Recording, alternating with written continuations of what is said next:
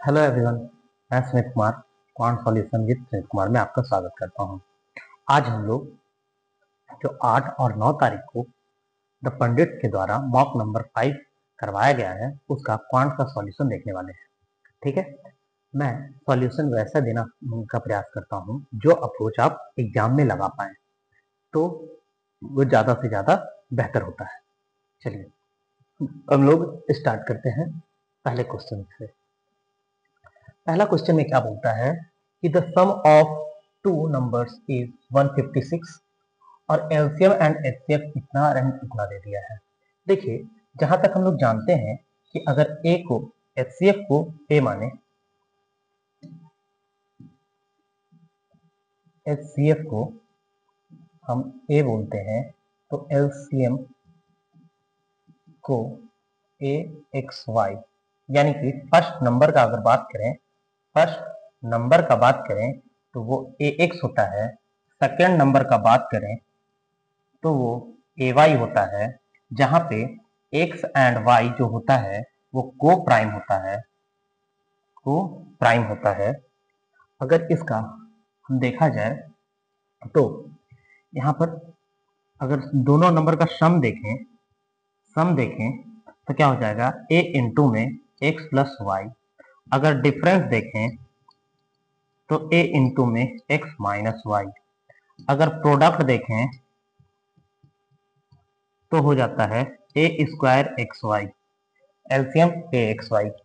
उसी प्रकार सम of reciprocal देखें, सम ऑफ रेसिप्रोकल देखें तो हो जाएगा आपका एक्स प्लस वाई बटा में ए एक्स वाई। ये आप डायरेक्ट कर सकते हैं। इन सब का यूज करके ये क्वेश्चन को हम बनाएंगे। एग्जाम में आप लोगों को क्या करना है, सम ऑफ टू नंबर्स दिया है, यानी ए इंटू में X plus Y is equal to 156। यहाँ पर ए का वैल्यू 3 दे दिया है, तो एक्स प्लस वाई का वैल्यू क्या हो जाएगा 32। डायरेक्ट में 1 मिनट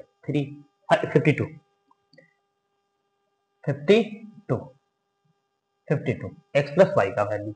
अच्छा, यहाँ पर एलसीएम का वैल्यू दिया हुआ है, एलसीएम का वैल्यू दिया हुआ है कितना, तो ए एक्स वाई जो कि कितना दिया हुआ है, तो 2001। तो डायरेक्ट आपका आंसर हो जाएगा 52 बटा में 2001, जो कि ऑप्शन नंबर बी है। डायरेक्ट में एग्जाम में बस इतना सा काम याद रखना है आपको और डायरेक्ट आपका बन जाएगा। एग्जाम में बस इतना सा ही काम करना है आपको। ठीक है, चलिए नेक्स्ट क्वेश्चन की ओर बढ़ते हैं। नेक्स्ट क्वेश्चन, अब यहाँ पर देखिए, यहाँ पर बोलता है 20 लड़के किसी काम को 14 दिन में करते हैं। 20 लड़के किसी काम को 14 दिन में करते हैं और 20 लड़कियां उसी काम को 18 दिन में करते हैं।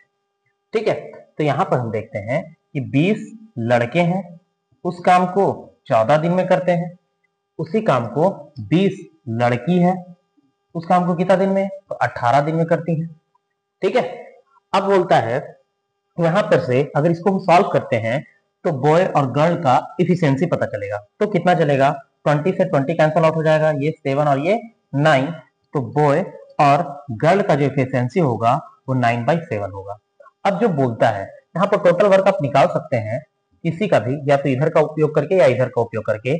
तो 20 है, बॉय का क्षमता 9 है और 14, तो ये आपका टोटल वर्क निकल गया।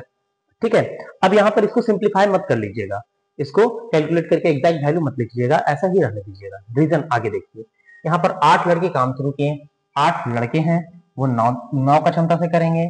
और फिर बोलता है 21 दिन के बाद, मतलब 21 दिन तक तो किया, उसके बाद उनकी जगह एक्स लड़कियों ने, एक्स लड़की है वो 7 का क्षमता से करेगी, लेती है। और 18 दिन, 18 दिन है, 18 दिन 18th डे 18 दिन में कंप्लीट कर लेती है। तो काम तो इतना ही हुआ, 20 इंटू 9 इंटू 14, यही काम हुआ। अब यहां अगर सिंप्लीफाई होता है तो कर लेते हैं। जैसे देखिए 9 9 टू जा और 9, फिर 7 टू जा 7 और 7 3 जा, और भी सॉल्व होगा। तो यहाँ देखिए, यहाँ भी 2 दिख रहा है, यहाँ भी 2 दिख रहा है, यहाँ भी 2 दिख रहा है, अभी भी सॉल्व होगा तो नहीं होगा। 4 तिया 12 प्लस में x इज इक्वल टू 20 आएगा। तो x के जगह पर क्या रख देंगे, 8 रख देंगे, जो कि आपका आंसर है। जो कि आपका आंसर है। नेक्स्ट, यहां पर बोलता है कि a person 30% is the sum of 30% per annum, 50% of the rest of 45% per annum and remaining 18% per annum. जैसे समझिए, अगर किसी बंदे के पास 100 रुपया है तो वो 30% को 30% के हिसाब से लगाता है, और उसके बाद जो बच गया, बचा है कितना, तो 70 रुपया। अब 70 का 50% यानी कि 35, और फिर 35, ये है। तो ये 30 रुपया को 30% के हिसाब से लगाएगा, तो 30% के हिसाब से लगाएगा तो क्या उसको 9 रुपया मिलेगा। चलिए ठीक है। उसके बाद 50% को 45%, यानी कि इसका 45% निकालेंगे, इसका 45% निकालेंगे, तो इसका 45% कितना निकलेगा, इसका 45% कितना निकलेगा। तो देखिए, एक चीज यहाँ पर और भी सहूलियत के तौर पर आप कर सकते हैं कि यहाँ पे जब हमको ये पता चल गया, यहाँ पे डायरेक्ट आप निकाल सकते हैं 35 का 45%, उसके बाद फिर जितना बचेगा 35 का 18%, उसके बाद फिर सॉल्व कर सकते हैं। लेकिन यहाँ पे मैं ये करता हूं कि ये जो पता चल गया 35, यानी कि 35 और 35 है, इसको सॉल्व करना थोड़ा सा टफ है। अगर हम इसको सॉल्व ये कर दें 7 और 7, यानी कि 600, 700 और 700 रुपया था, यानी टोटल अगर देखा जाए तो उसके पास 2000 रुपया था। इस पर वो 30%, इसका 30% निकालना आसान है, आसान है यानी आसान है। इसका 45% निकालना, 7 पचे 35 और 7 चौके 28, 200, 7 पचे 35, 7 पचे 35 और 7 चौके 28, यानी कि 315 रुपया। और उसके बाद फिर इसका 18% जो कि 126 रुपया होता है, ये निकालना आसान है। अब इन सबको ऐड कर दीजिए, ऐड कीजिएगा तो 3 2 500, और फिर 8 2 10 और 110, और फिर 5 6 11, यानी 1 2 और 6 621 रुपए उसको टोटल ब्याज मिला। वहां पर टोटल पर पूछा है कि कैलकुलेट अगर करते हैं इंटरेस्ट टोटल पर, तो रेट ऑफ इंटरेस्ट क्या होगा। तो 611 जो है सो 2000 का कितना परसेंट होगा, 621 जो है सो 2000 का कितना परसेंट होगा, गुना 100। जब इसको सॉल्व कीजिएगा तो आपका आंसर आ जाएगा 31.05% आपका आ जाएगा, जो कि ऑप्शन ए है, जो कि ऑप्शन ए है। तो ये आप रेशियो निकालने के बाद थोड़ा सा सहूलियत बरत सकते हैं ये सॉल्यूशन करके, ये सॉल्यूशन करके।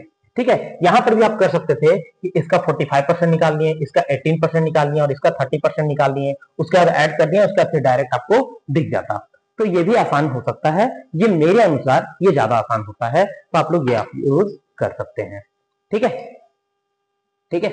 चलिए अब नेक्स्ट क्वेश्चन की ओर बढ़ते हैं।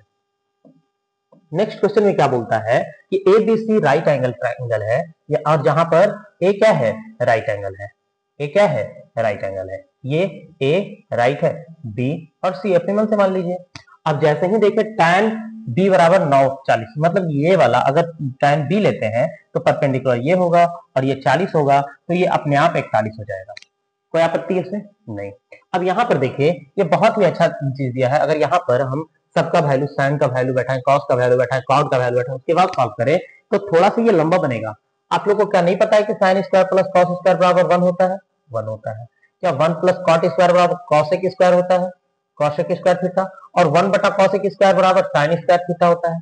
तो बस आपसे यही पूछा है, साइन स्क्वायर बी, यही पूछा है। अब साइन स्क्वायर बी पूछा है, अब बी के साथ साइन यानी कि 9 है, परपेंडिकुलर 81, और बटा में 41 का हो जाता है 1681, जो कि आपका आंसर है क्या, 81 बटा 1681 डायरेक्ट आंसर है। तो आपको ये चीज समझना है कि यहाँ पर अगर एलाबोरेट करके दिया है तो उसको कंसाइज रूप में लिखना कैसे है।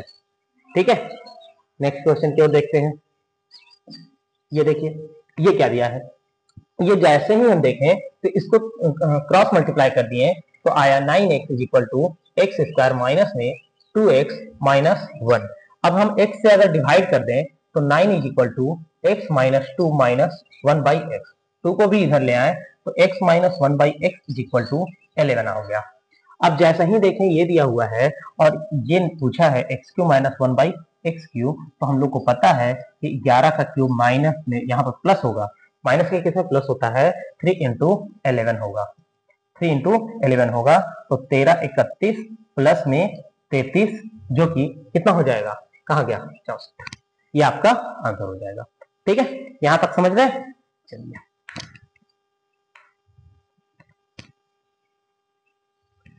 नेक्स्ट क्वेश्चन की ओर बढ़ते हैं।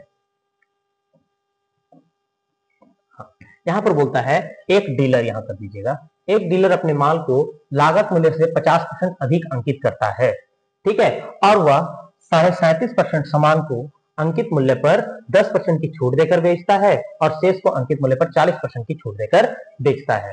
जैसे यहाँ पर 37.5 देखें तो हम इसका वैल्यू पता है हमको कि 37 1/5% का मतलब होता है 3/8।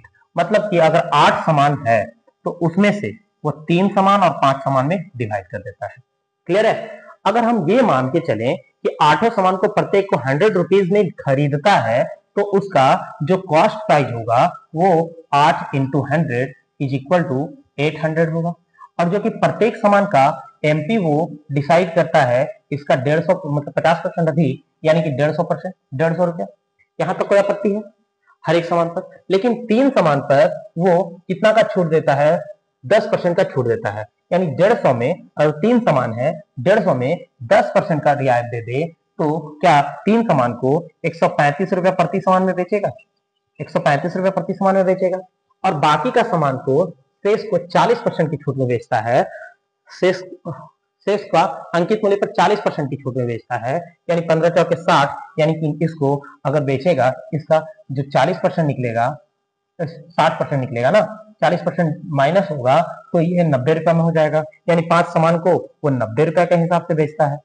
अब यहां पर देखा जाए तो 35 किया 105 और 305 यानी कि 405 रुपया तो इसको यहाँ मिल जाएगा, और 9 पचे 45 यानी कि 450 रुपया यहाँ मिल जाएगा।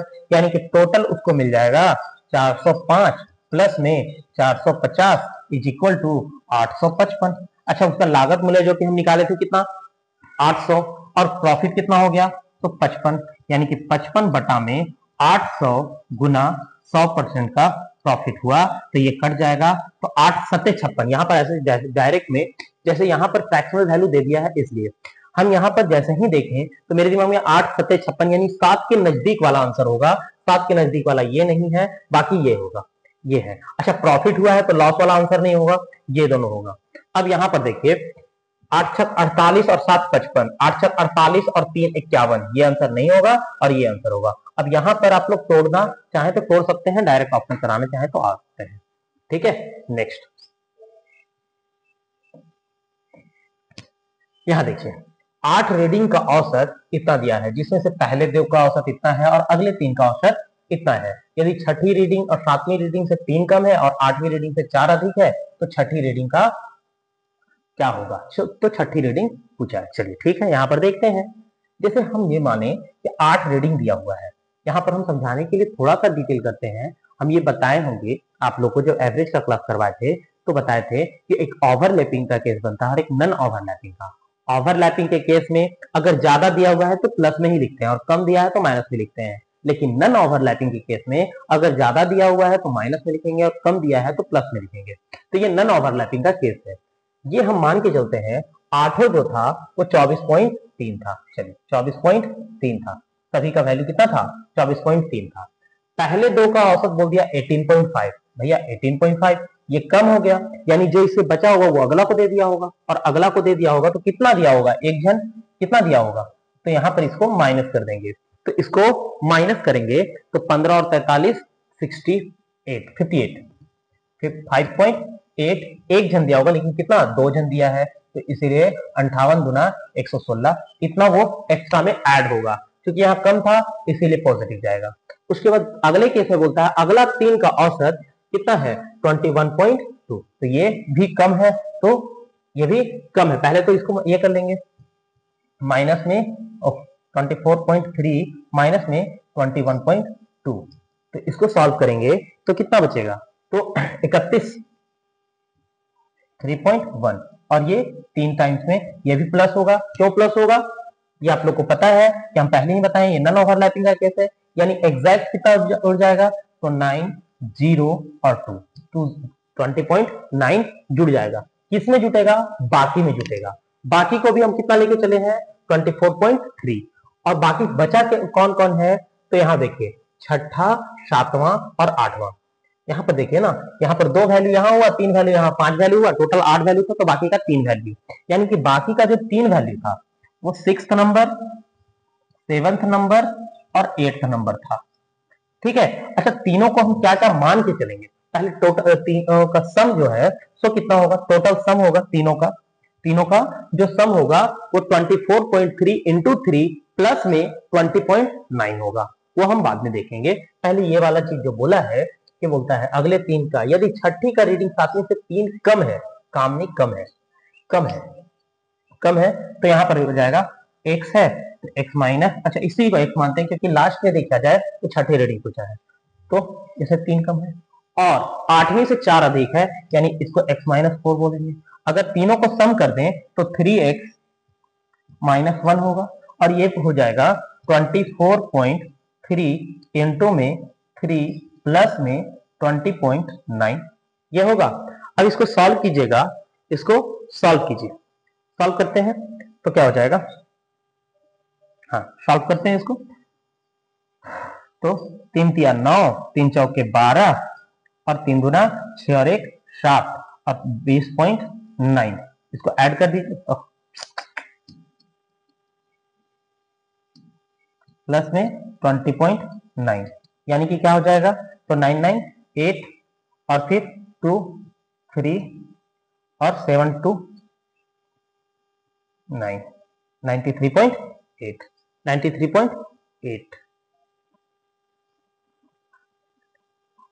कुछ गड़बड़ हुआ? देखते हैं 1 मिनट। ये तो सही है 72.9 20.9 यहाँ जुड़ जाएगा 20.9 होगा। अब यहाँ पर 9 9 18 2 और 1 3 और उसका फिर 9, ठीक है 93.9 2 8 और 10 19 अच्छा प्लस होगा 94। हाँ ठीक है, अब बिल्कुल सही है। तो यहाँ पर 3x बराबर कितना आ जाएगा? तो 94.8। अगर 3 से सिंप्लीफाई इसको कर दें, 3 से सिंप्लीफाई कर दें तो x बराबर क्या आ जाएगा? तो 94.8 बाई 3, तो 3 तिया 9 3 एका 3 और 3 छक 18 जो कि 31.6 है। 31.6 आपका आंसर है। ठीक है, तो बड़े आराम से थोड़ा सा दिमाग लगाना पड़ेगा, थोड़ा सा टाइम देना पड़ेगा और ये सब आप सीख जाइएगा। ठीक है, नेक्स्ट। अब यहां पर बोलता है ए बी से 40% कम है। जैसे ही 40% है तो 40% को क्या 2/5 बोल सकते हैं? तो ए और बी का रिलेशन क्या बोला? तो 40% कम है बी से, यानी ये 5 है तो ये 3 होगा। ए बी से 40% कम है। उसके बाद फिर क्या बोला है? 40% फिर से है, बोलता है सी ए प्लस बी के योग का 40% है, योग का 40% है, यानी ये है। अब बोलता है यहां पर देखिए ए बी को अगर ऐड करें तो ये 8 आता है, लेकिन यहाँ 5 दिया है, दोनों को इक्वल कर देते हैं, यानी 8 से इसे मल्टीप्लाई करते हैं और 5 से इसे मल्टीप्लाई करते हैं। अब देखिए ए बी को ऐड करेंगे तो यहाँ भी 40 आएगा और यहाँ भी 40 आएगा, जिससे ये पता चला हमको कि ए का वैल्यू 15 है और सी का वैल्यू 16 है। चूंकि यहाँ ए और सी, अच्छा बी और सी का पूछा है, कोई बात नहीं। तो यहाँ पर बी का भी वैल्यू पता है हमको 25 है। अब यहाँ पर क्या पूछा है कि बी सी से कितने प्रतिशत, यानी कि सी से कितने प्रतिशत अधिक है या कम है? तो यहाँ पर देखा जाए 9 अधिक है, गुना में 100 हो जाएगा। अब इसको सॉल्व कर लीजिएगा, सॉल्व कर दे, कर ही देते हैं। तो क्या हो जाएगा? 4 चौके 16 और 25, 25 9 225 बटा में 4, तो ये होगा आंसर, ये होगा आंसर। 4 पंजे 20 और 4 छक 24, 1/4 आपका आंसर है। ठीक है, नेक्स्ट क्वेश्चन देखते हैं।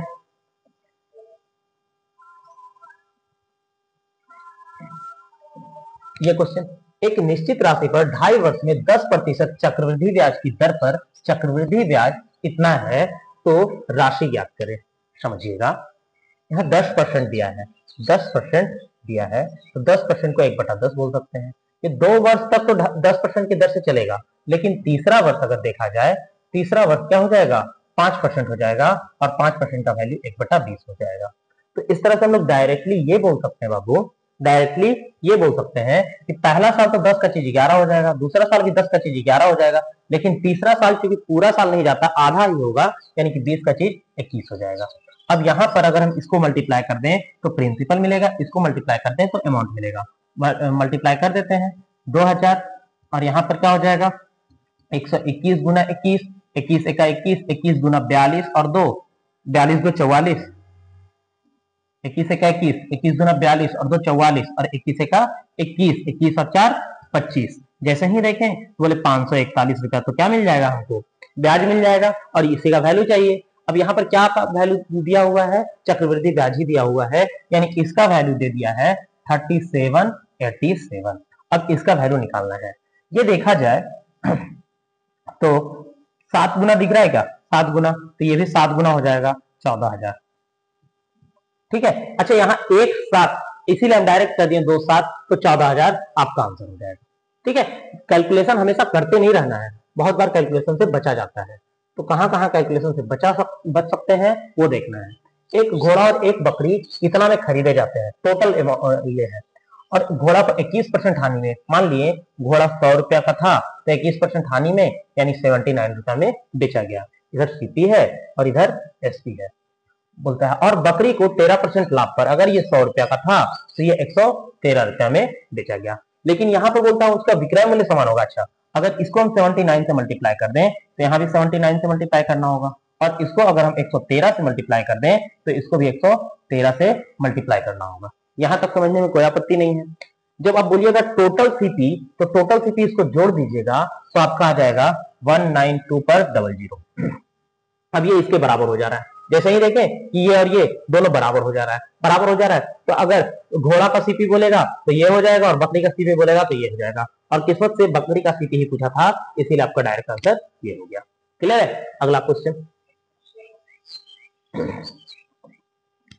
यहां बोलता है एक दुकानदार 10,000 अंकित मूल्य पर 12% छूट देता है, लेकिन वस्तु केवल इतना में बेची जाती है, तो ग्राहक को कितनी अतिरिक्त छूट मिलेगी?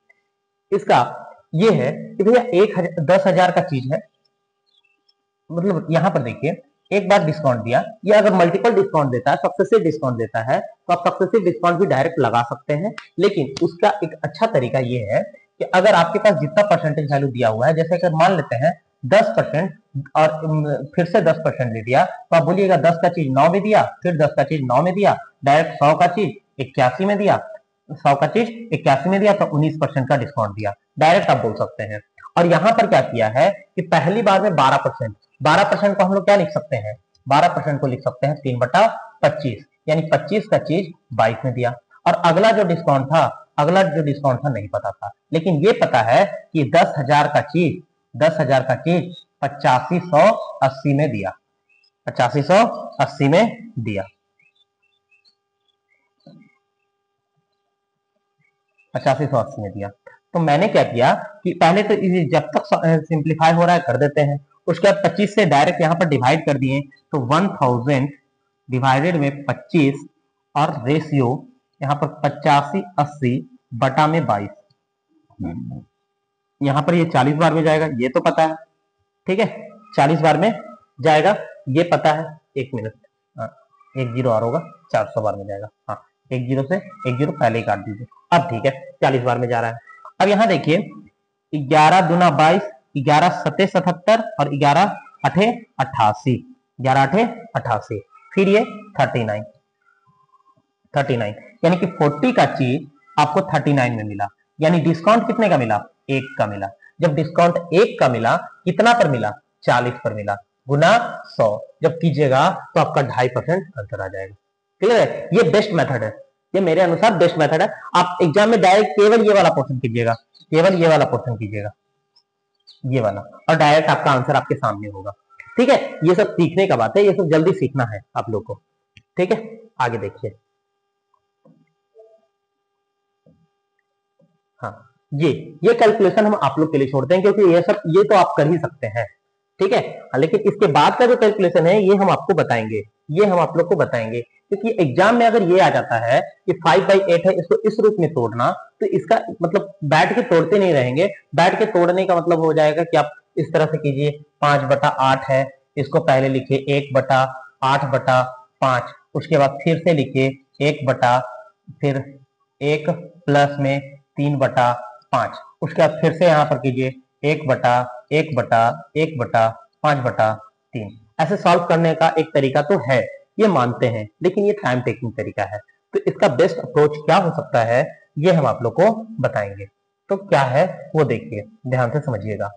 यहाँ पे एक बॉक्स टाइप का बना लीजिए।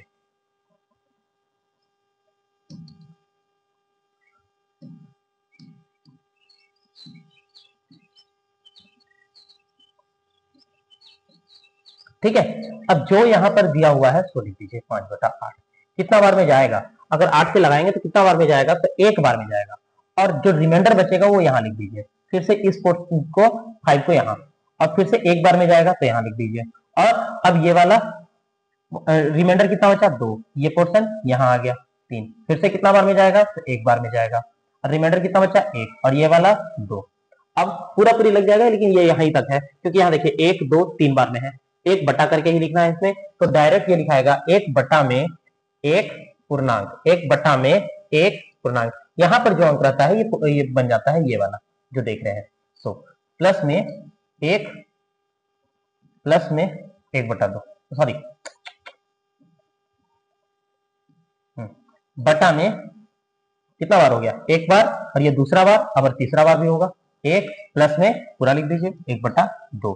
तो आप जब इससे इक्वेट किए तो दोनों बराबर आ गया, और इस x का वैल्यू क्या आ गया, 2 आ गया। तो आपका आंसर क्या है, 2 है। आपका आंसर क्या है, 2 है। ठीक है, नेक्स्ट क्वेश्चन की ओर बढ़ते हैं।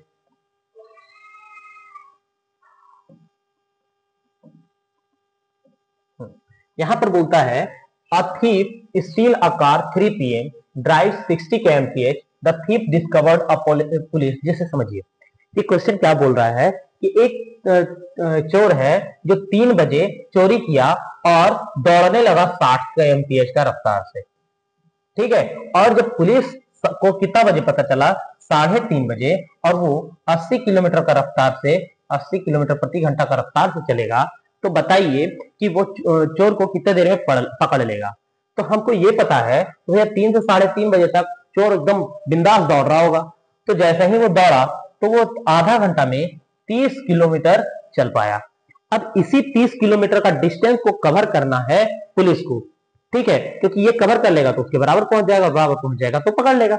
तो ये रिलेटिव डिस्टेंस कहलाएगा। तो इस रिलेटिव डिस्टेंस को कवर करेगा, यानी कि 30 को कवर करेगा, तो रिलेटिव स्पीड से ही कवर करेगा, क्योंकि चोर जिस डायरेक्शन में दौड़ेगा उसी डायरेक्शन में पुलिस को भी दौड़ना है। तो ये घटेगा, और घटेगा तो 20 का रफ्तार से दौड़ेगा। जब हम देखें कि भैया 1.5 आवर में वो डिस्टेंस को कवर कर लेगा, मतलब पुलिस को इस चोर को पकड़ लेगा, और चोर को 1.5 घंटा में पकड़ेगा। लेकिन कब से, 3:30 बजे से।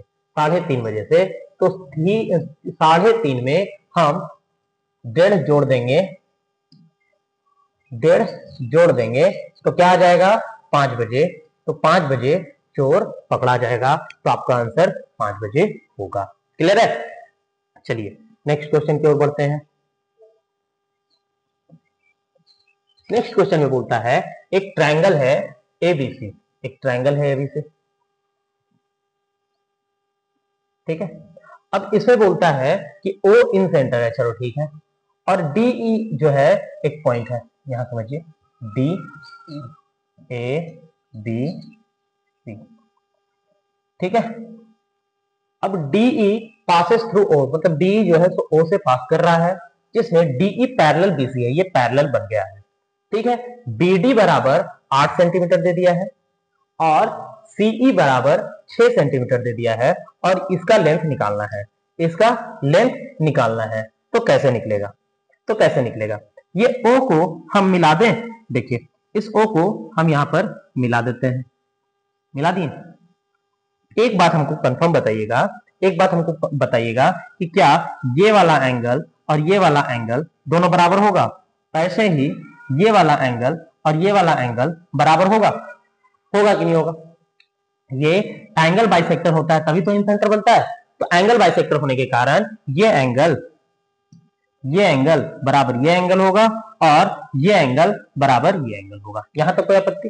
अच्छा एक बात और बताइएगा, एक बात और बताइएगा कि ये लाइन और ये लाइन पैरेलल है, तो क्या ये वाला लाइन और ये वाला जो पैरेलल है ये इसके बराबर होगा कि नहीं होगा?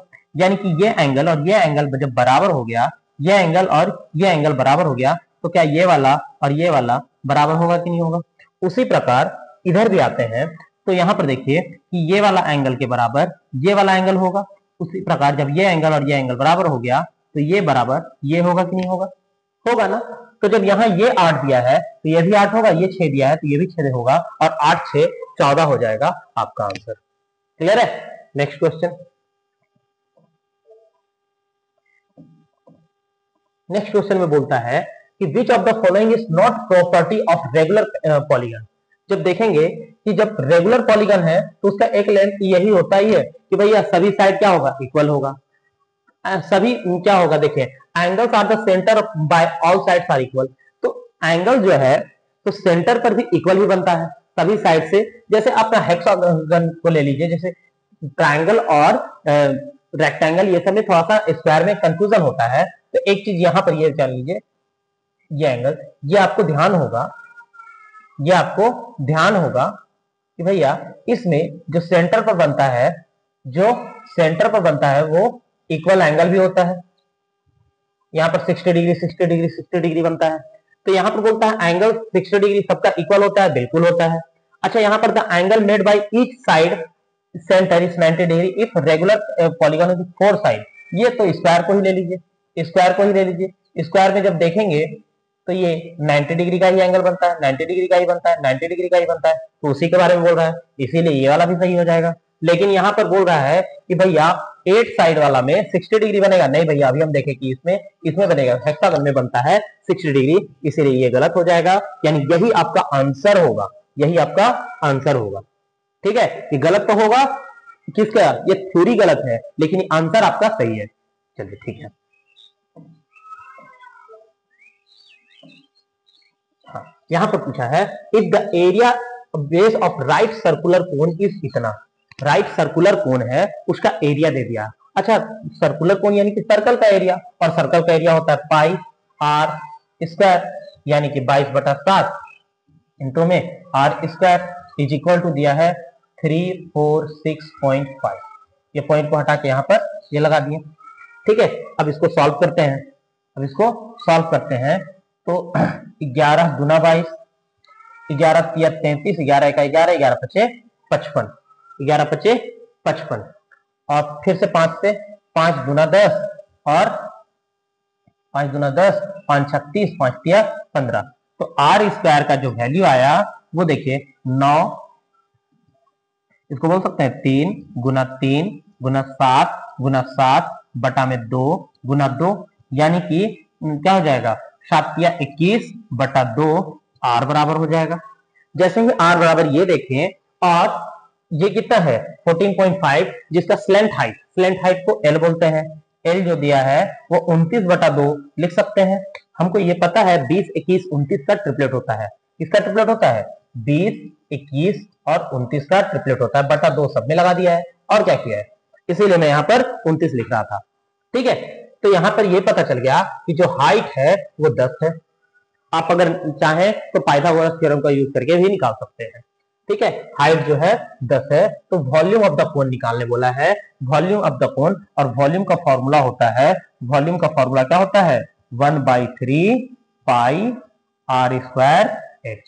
तो 1/3 इंटू में 22/7 इंटू में आर का वैल्यू जो कि 21/2 है, 21/2 गुना 21/2, और हाइट जो कि 10 है वो 10। अब इसको सॉल्व कर दीजिए। 7 तिया 21, 2 से यहां पर जाएगा 11 बार में, और 2 ये 5 बार में, तो कितना हो जाएगा? 11 पचे 55, और 55 एक का 55, और 55 गुना 110, और ये 115, तो 11 55 आपका आंसर हो जाएगा। नेक्स्ट क्वेश्चन की ओर बढ़ते हैं। यहां पर बोलता है the two sides of a triangle is 15 and 12। जैसे यहां पर दे दिया है एक ट्रायंगल है जिसमें एक साइड 15 और एक साइड 12 है, और ये साइड निकालना है। लेकिन यहाँ पर कोई भी वैल्यू हो सकता है। यहाँ पर ये नहीं दिया एक्यूट एंगल कौन सा एंगल है, मतलब कोई भी एंगल हो सकता है। कौन सा ट्राइंगल हो सकता है, ये ट्राइंगल कौन सा हो सकता है, एक्यूट एंगल ट्राइंगल भी हो सकता है, राइट एंगल ट्राइंगल भी हो सकता है, ऑब्ट्यूज एंगल ट्राइंगल भी हो सकता है। ठीक है, तो यहाँ पर लेकिन ये जरूर दिया है कि ये जो वैल्यू होगा इंटीजर वैल्यू होगा। आप लोग को ये पता होगा कि हम लोग का ये तीसरा वैल्यू क्या हो जाएगा, इन दोनों का सम से कम होना चाहिए, यानी कि 15 प्लस 12 से कम होगा जो भी वैल्यू होगा, इसको हम अगर साइड को ए मानते हैं, और ये ज्यादा होगा किससे, ज्यादा होगा, एक मिनट, हाँ, ये इससे कम होगा और इससे ज्यादा होगा, 15 माइनस 12 से, 15 माइनस 12 से ज्यादा होगा, यानी कि 27 से कम वैल्यू, 27 से कम वैल्यू और 3 से ज्यादा वैल्यू लेना है। अच्छा, एग्जैक्ट अगर इसमें पूछ देता है कि हाउ मेनी ट्राइंगल फॉर्म, मतलब कितना ट्राइंगल पॉसिबल है, तो इसमें हमेशा एक काम कीजिएगा कि छोटा वाला वैल्यू है, जैसे इसमें आंसर कितना हो जाएगा, तो छोटा वाला वैल्यू 12 है, 12 गुना 2 माइनस 1 यानी 23, आपका 23 ट्राइंगल बनेगा, 23 ट्राइंगल बनेगा। ठीक है, अब यहाँ पर हम लोग को लेना है कि भैया 3 से बड़ा वैल्यू लेना है, यानी 4 ले सकते हैं, 5 ले सकते हैं, 6 ले सकते हैं, कहां तक ले सकते हैं, तो 26 तक ले सकते हैं। टोटल कितना वैल्यू हो जाएगा, 23 वैल्यू हो जाएगा, 23 वैल्यू हो जाएगा। अच्छा 23 वैल्यू हो जाएगा। अगर 23 से देखा जाए तो आप डायरेक्ट में भी आप आंसर निकाल सकते हैं, 345 आपका आंसर होगा। 23 का मल्टीपल एक यही है, ये सब नहीं है। क्लियर है, ये सब नहीं है, तो ऐसे भी कर सकते हैं, या फिर निकाल लीजिए 4 प्लस 26 बटा 2 और गुना 23, तो 13 और 2 15 बटा 2, 13 और 2 15, हाँ 13 2 15 बटा गुना 40, तो 15 तिया 45 और 15 गुना 30 और 4 34। अब तो आ गया, तो डायरेक्ट भी आप आंसर ला सकते हैं। नेक्स्ट, यहां देखिए, यहां बोल दिया है कि भैया यहां पर find the value of A O B, A O B ये वाला वैल्यू निकालना है, ये वैल्यू निकालना है। जैसे ही ये वैल्यू निकालना है, अगर ये वैल्यू निकल जाएगा, ये वैल्यू निकल जाएगा, तो इसी का दुगना तो ये होगा, ये अगर x होगा तो ये 2x होगा। अब ये कैसे निकलेगा, जैसे ही देखिए ये 15 है, ये वाला देखिए, ये वाला ट्रायंगल में, इस ट्रायंगल में हम ये देखें, ये वाला वैल्यू और ये वाला वैल्यू बराबर होगा, क्यों, क्योंकि ये रेडियस है और ये भी रेडियस है, तो ये 15 हो जाएगा। यहां तक पत्ती नहीं। अब यहां पर एक चीज और देखिए कि ये वाला ट्रायंगल में, ये वाला ट्रायंगल में, इस ट्रायंगल में अगर बात करें, इस ट्रायंगल में बात करें, तो ये वाला और ये वाला बराबर है, और इसके कारण ये पूरा एंगल 55 हो जाएगा, और 55 में 15 घटेगा तो ये वाला मिल जाएगा, जो कि कितना है 40 हो जाएगा। 55 में 15 घटेगा तो 40, और इसका डबल ये होगा, यानी कि 40 का दुगना 80, तो 80 आपका आंसर है। क्लियर है, नेक्स्ट क्वेश्चन की ओर बढ़ते हैं।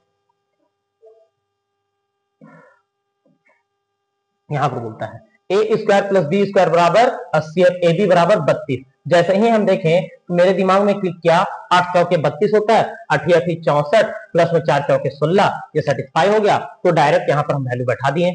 अगर नहीं तो इसमें और भी आप कर सकते हैं, लेकिन ज्यादा अच्छा यही मेथड रहेगा कि आप इसी को तोड़ के देख लीजिए। तो यहाँ पर डायरेक्ट हो जाएगा 8 प्लस 4 12 और 8 माइनस 4 4, यानी कि 12 बटा 4, जो कि 3 आंसर होगा, तो आपका 3 आंसर आ गया। क्लियर है, नेक्स्ट,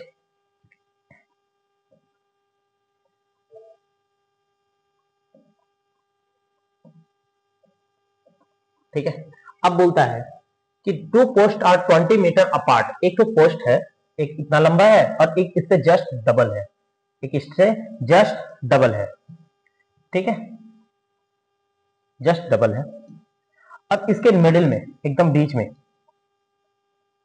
एकदम बीच में क्या बोला है, हाँ कॉम्प्लीमेंट्री हाइट, अच्छा यहां पर, और इसका लेंथ दे दिया है, इसका लेंथ दे दिया है 20। क्लियर है। अब यहां पर ऐसा इस तरह से बनेगा। यहां पर एक चीज दिया है बाबू कि यहां पर ये थीटा होगा, तो ये 90 माइनस थीटा होगा, ठीक है। अगर ये इसका लेंथ x है तो इसका लेंथ 2x होगा। अच्छा ये 20 है, तो अब जब मिडिल टर्म दे दिया है तो ये 10 और ये भी 10 होगा। अगर देखा जाए tan थीटा का मान, इस ट्रायंगल से देखा जाए tan थीटा का मान क्या होगा, x बाई 10 होगा, x बाई 10 होगा। और यहां पर tan 90 माइनस थीटा को डायरेक्ट हम cot थीटा बोल सकते हैं। tan 90 माइनस थीटा बराबर 2x by tan 90 minus theta बराबर क्या हो जाएगा 2x बटा में 10। हम लोग डायरेक्ट में यहाँ पे एक चीज कीजिए, ये 90 माइनस थीटा है तो ये थीटा हो जाएगा, ये थीटा हो जाएगा, और ये जब थीटा हो जाएगा तो डायरेक्ट में यहां देखिए कि इस टाइम थीटा बराबर क्या हो जाएगा 10/2x। अब इसको सिंप्लीफाई कीजिए तो 2x square is equal to 100, यानी x बराबर क्या आ जाएगा तो 50, यानी कि 5√2। अब 5√2 ऑप्शन में दिया नहीं है, 5√2 ऑप्शन में दिया नहीं है, तो जब 5√2 ऑप्शन में नहीं दिया है तो 5√2 को क्या हम लोग √2 से मल्टीप्लाई और डिवाइड कर दें तो कोई दिक्कत, तो 10/√2 आएगा, जो कि आपका आंसर बी है। ठीक है, अब नेक्स्ट क्वेश्चन की ओर बढ़ते हैं। यहां देखिए, यहां बोलता है ए और बी फिलिंग पाइप है। ए पाइप 15 मिनट में भर सकता है और बी पाइप 20 मिनट में भर सकता है। ठीक है, और एक जो खाली करने वाला पाइप है, वो खाली करने वाला पाइप का क्षमता दे दिया है 28 लीटर पर मिनट। और जब तीनों पाइप मिलते हैं, उस पाइप को हम सी मान लेते हैं, जब तीनों पाइप मिलते हैं तो पाइप जो है सो 12 मिनट में भर जाता है, 12 मिनट में भर जाता है। अगर हम यहाँ पर क्षमता कैलकुलेट करें तो टोटल वर्क 60 होगा, इसका क्षमता 4 होगा, इसका क्षमता 3 होगा, और ये तीनों का मिला के क्षमता 5 होगा।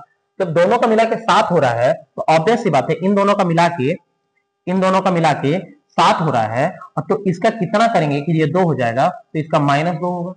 अच्छा, इसका क्षमता जो है तो यहाँ पर दूसरी भाषा में बोल दिया 28 लीटर पर मिनट, और यहाँ बोल रहे हैं -2, तो -2 जो है तो 28 को इक्वेट कर रहा है। तो यहाँ पर कैपेसिटी टैंक का जो कि हम 60 लिए हैं, तो मतलब ठीक है, तो 60 बराबर क्या हो जाएगा, तो ये 14, तो 60 बराबर क्या हो जाएगा, 60 बराबर क्या हो जाएगा 60 बराबर हो जाएगा 60 इंटू 14, यानी कि 840 लीटर, 840 लीटर, जो कि ये है आंसर आपका। नेक्स्ट क्वेश्चन की ओर बढ़ते हैं। ठीक है, अब यहां पर देखिए, यहां बोल रहा है what is the average ratio of production Mumbai to China during period of 18 से 22। अगर 18 में मुंबई में देखा जाए, यहां समझिएगा, एवरेज प्रोडक्शन ऑफ मुंबई, पहले मुंबई का देखते हैं, तो मुंबई का ये ग्रे कलर वाला है, यहां पर 750, मुंबई का सारा निकाल लेते हैं 18 से 22 तक का, तो इसका हो जाएगा 750। यहां देखिए 18 में 700 और 800 के बीच में 750 ले लिए, यहां पर देखे तो 800। ठीक है, यहां पर देखे तो 500 और 600 के बीच में है तो 550, और यहां पर 500 है तो 500, और यहां पर 900 950 है, 950 है, ऐड कर दीजिए तो क्या हो जाएगा 0, 5 × 15, और 8 7 15, 5 20, 5 25, 25 और 9 34, 34 और 1 35। लेकिन ये टोटल है, एवरेज निकालना है तो 5 होता तो 5 से डिवाइड कर दिए तो 5 7 35, 5 1 5 और 0, 710 हो गया, 710 हो गया। और दूसरी बात चेन्नई का बोला है, चेन्नई जो है तो ऑरेंज कलर से डिनोट कर रहा है, तो ऑरेंज कलर से डिनोट कर रहा है।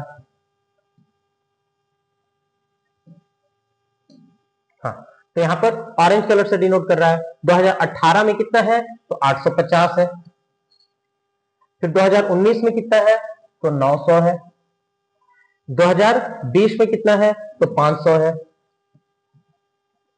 2021 में कितना है तो 300 है, और 2022 में कितना है तो 700 है। जोड़ दीजिए 15 9 24 8 32 50, 32 50 और बटा 5, क्योंकि एवरेज निकालना है तो 5 36, 5 25। तो यहां पर 710 और 650 का एवरेज क्या हो जाएगा 71:65, जो कि ऑप्शन बी है। क्लियर है। Next question, second last question है आपका, what is the difference between, ये क्वेश्चन आप लोग खुद से बना लीजिए, क्योंकि हम ये मानते हैं कि यहां पर देखिए 19 से 22 का दिया, 18 से 22 का हम निकाल दिए, 19 से 22 का निकालना है। तो ये क्वेश्चन आप लोग खुद से कर लीजिएगा, ठीक है। लास्ट क्वेश्चन यहां पर बोलता है एक मोटर बाइक इतना आवर लेता है डाउन स्ट्रीम में और इतना आवर लेता है सेम टाइम, मतलब सेम डिस्टेंस को कवर करने में। जैसे ही हम देखें कि अच्छा केवल यहां पर टाइम का रेशियो दे दिया है, तो टाइम का रेशियो क्या हो जाएगा 12.5 और 37.5, जो कि कैंसल आउट हो जाएगा 1 और 3 में। ये टाइम का रेशियो है। ऑब्वियस सी बात है कि अगर ये टाइम का रेशियो है तो स्पीड का रेशियो इसका अपोजिट होगा, तो 3 और 1 होगा। अब ये कोई भी बता सकता है कि बोट और स्ट्रीम बटा में बोट माइनस स्ट्रीम बराबर 3 और 1 दिया है। सी एंड डी मेथड लगा दीजिए तो डायरेक्ट आपको बी बटा एस 4 बटा 2 यानी कि क्या हो जाएगा 2 बटा 1। शायद यही पूछा है, शायद यही पूछा है, तो 2 और 1 आपका आंसर हो जाएगा। इस तरह से आप द पंडित्स का 2500 क्वेश्चन का सॉल्यूशन बेस्ट अप्रोच के साथ देख चुके हैं, ठीक है। तो मेरे चैनल को सब्सक्राइब कीजिए, ज्यादा से ज्यादा शेयर कीजिए, ठीक है। मैं बेस्ट से बेस्ट सॉल्यूशन दूंगा, हर चैप्टर का जीडी का भी सॉल्यूशन करवा रहा हूं, ठीक है। हर दिन 10 क्वेश्चन का सीरीज भी चला रहा हूं, तो आप लोग का सपोर्ट चाहिए। धन्यवाद।